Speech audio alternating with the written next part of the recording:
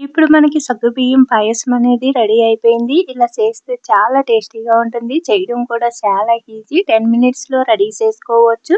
ఈ సగ్గుబియ్యం పాయసం అనేది.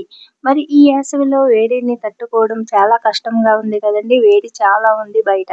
మరి ఈ వేడి వల్ల మనం ఒంట్లోని వేడి కూడా చాలా ఎక్కువైపోయి నీరసంగా అయిపోతా ఉంటాము. అలాంటప్పుడు ఇలా సగ్గుబియ్యం పాయసాన్ని చేసి ఇలా వేడిగా ఉన్నప్పుడు బౌల్స్‌లో ఏసి అందించండి. లేదంటే చల్లగా అయిన తర్వాత కూడా ఇలా బౌల్స్‌లో ఏసి అందించవచ్చు. ఇది తీసుకోవడం వల్ల మన ఒంట్లో ఉన్న వేడిని పారదోలి మన హ్మ్. ఒంటికి చల్లదనాన్ని ఇస్తుంది. అలాగే మనకి నీరసాన్ని గూడా తగ్గిస్తుంది. చేయడం కూడా చాలా ఈజీ. మరి దీనికి ఏమేమి కావాలనేది ఇప్పుడు మన వీడియోలో అయితే చూసేద్దాము. వచ్చేయండి. ముందుగా ఒక కప్పు ఇలా చిన్న సగ్గు బియ్యాన్ని తీసుకొని 2 సార్లు శుభ్రంగా కడిగి ఇలా ఒక గిన్నెలో యేసుకొని ఒక కప్పు వాటరేసి నానబెట్టుకుందాము. మరొక గిన్నె తీసుకొని దాంట్లోకి అర లీటరును వాటరేసుకొని స్టవ్ పై పెట్టి వాటర్ మరుగుతున్నప్పుడు నానబెట్టుకున్న సగ్గుబియ్యాన్ని ఇలాగా యేసేసుకుందాము. ఇప్పుడు సన్నని మంట మీద సగ్గుబియ్యాన్ని ఉడికించుకుంటూ మరొక స్టవ్ పైన పాలని ఒక అర లీటర్ పాలనైతే తీసుకున్నానండి వాటర్ పోయకంట. ఇప్పుడు ఒక స్టవ్ పైన పాలు మరుగుతున్నాయి. ఒక స్టవ్ పైన ఇలా సగ్గుబియ్యము ఉడుకుతున్నాయి. సగ్గుబియ్యం చూడండి తొందరగానే ఉడికిపోతాయి. ఒక నిమిషంలోనే ఇలా చిన్న సగ్గుబియ్యం తీసుకోవడం వల్ల మనకి తొందరగా సగ్గుబియ్యం అనేది ఉడికిపోతుంది. ఇప్పుడు మనకు సగ్గుబియ్యం ఉడికిపోయినాయి. పాలు గూడా రెడీ అయినాయి. ఇప్పుడు మనం డ్రై ఫ్రూట్స్ కింద ఇలాగా బాదం, కిస్మిస్ చూడండి పుచ్చగింజలనైతే తీసుకున్నాను. ఇప్పుడు ఇవి ఒక కడాయిని తీసుకొని స్టవ్ పై పెట్టి ఒక టేబుల్ స్పూన్ నెయ్యేసి ఇవన్నీ కూడా దోరగా ఏపించి తీసేసుకోవాలి. ఇప్పుడు ఒక కప్పు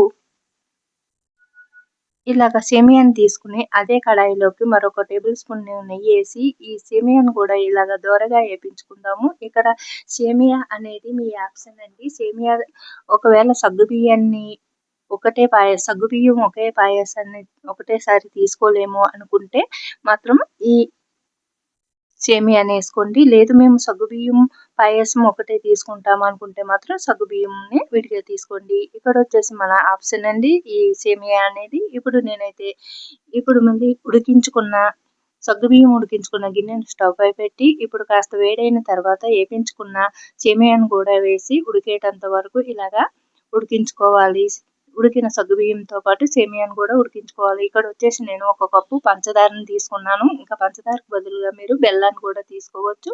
అలాగే మనము ఇప్పుడు సగ్గుబియ్యము అలాగే సేమియా కూడా ఉడికిపోయింది గదండీ! ఇప్పుడు ఉడికిన దాంట్లోకి ఈ పంచదారని యేసేసుకున్నాను. అలాగే కొన్ని చోట్ల పంచదారని సే చక్కెరని గూడా పిలుస్తారు. దీన్నైతే ఇలా యేసుకున్నాను. ఇంకా మీరు తినేదాన్ని బట్టి స్వీట్‌ని ఎక్కువ, తక్కువ యేసుకోవచ్చు. ఇప్పుడు ఇలా పంచదార కరిగిన తర్వాత మనం ముందుగా ఏపించుకున్న డ్రై ఫ్రూట్స్‌ని అలాగే ఒకటి గాని, 2 గాని ఇలాచీలని ఇలాగా మొయగా దంచుకొని యేసుకుంటున్నాను. అలాగే మీకు ఇలాగ కనిపించొద్దు అనుకుంటే మాత్రం పొడిలాగా చేసి యేసుకోండి. అలాగే ఇప్పుడైతే నేను మరిగించి పక్కన పెట్టుకున్న పాలని ఉన్నాయి కదండీ! ఆ పాలల్లోంచి సగం మాత్రమే యేసుకున్నానండి. సగం తర్వాత యేసుకుంటాను. ఇలాగా మనము ముందుగా పాలు మరిగించి పెట్టుకొని ఇలాగ యేసుకోవడం వల్ల పాలనేది ఇరిగిపోకుండా ఉంటాయి. అలాగే మీ ఇంట్లో పాడి ఉంది అనుకోండి, అంటే బర్రెలు అవి ఉంటాయి కదా! అవి ఉంటే మాత్రము మీరు పాలతోటే ఈ సగ్గుబియ్యాన్ని, సేమియా అనేది కూడా మనము ఉడికించుకోవచ్చు. మనం ఇంట్లో ఎక్కువ పాలు లేనప్పుడు ఈ విధంగా చేసుకోండి తక్కువ పాలతోటి. ఇప్పుడు ఇదంతా కూడా మనకి ఒకసారి పాలతో పాటు ఇలాగా ఈ మిశ్రమం మొత్తం ఉడికేటంత వరకు కలుపుకుంటూ దగ్గరికంట అయ్యేటంత వరకు ఉంచుకోవాలి. అలాగే ఇదొచ్చేసి మనకి ఇలా పలచగా ఉంటేనే బావుంటుందండి. ఇప్పుడు స్టవ్ ఆపేసి మిగిలిన పాలను గూడా పోసేసుకున్నాను. చూడండి ఇప్పుడు మనము గిన్నెని కిందకి దించేసుకున్నాం గదా! ఇప్పుడు దీన్ని ఇలా పలచగా ఉన్నప్పుడే దింపేసుకోవాలి. మరి ఇలాగా దింపుకోవడం వల్ల మనకి చల్లారిన తర్వాత కొద్దిగా గట్టి పడుతుంది. మరీ ఎక్కువ గట్టి పడదు. మరీ ఎక్కువ గట్టి పడితే గట్టిగా అయిపోతుంది గదండీ! అలా కాకుండా ఇలా పలచగానే తీసుకోవడం వల్ల మన ఒంటికి తొందరగా కూలింగ్ అనేది ఇస్తుంది. ఇప్పుడు నేను వేరొక బౌల్స్‌లోకి అలాగే ఒక గిన్నెలోకి కూడా తీసేసుకున్నాను. చూడండి నాకైతే ఇంతొచ్చింది. ఇప్పుడు ఇది వేడిగా ఉన్నప్పుడైనా అందించొచ్చు. లేదు చల్లారిన తర్వాత మనం ఫ్రిడ్జ్‌లో పెట్టి గూడా అందించొచ్చు. చాలా టేస్టీగా ఉంటుంది. అలాగే ఇప్పుడు ఇలా తయారైన ఈ సగ్గుబియ్యం సేమియా పాయసాన్ని మరి బౌల్స్‌లో గానీ, లేదు గ్లాస్‌లో కానీ పోసి అందించండి మీ ఇంటిల్లిపాదికి. చాలా ఇష్టంగా తాగేస్తారు. అలాగే మన హెల్త్‌కి కూడా చాలా మంచిది. ఈ సమ్మర్ టైమ్‌లో ఇలా సగ్గుబియ్యంతో చేసిన ఈ రెసిపీలని తీసుకోవడం వల్ల మన హెల్త్‌కి చాలా మంచిది. మరి మన ఒంట్లో ఉన్న నీరసాన్ని పారదోలి తక్షణం శక్తినిస్తుంది.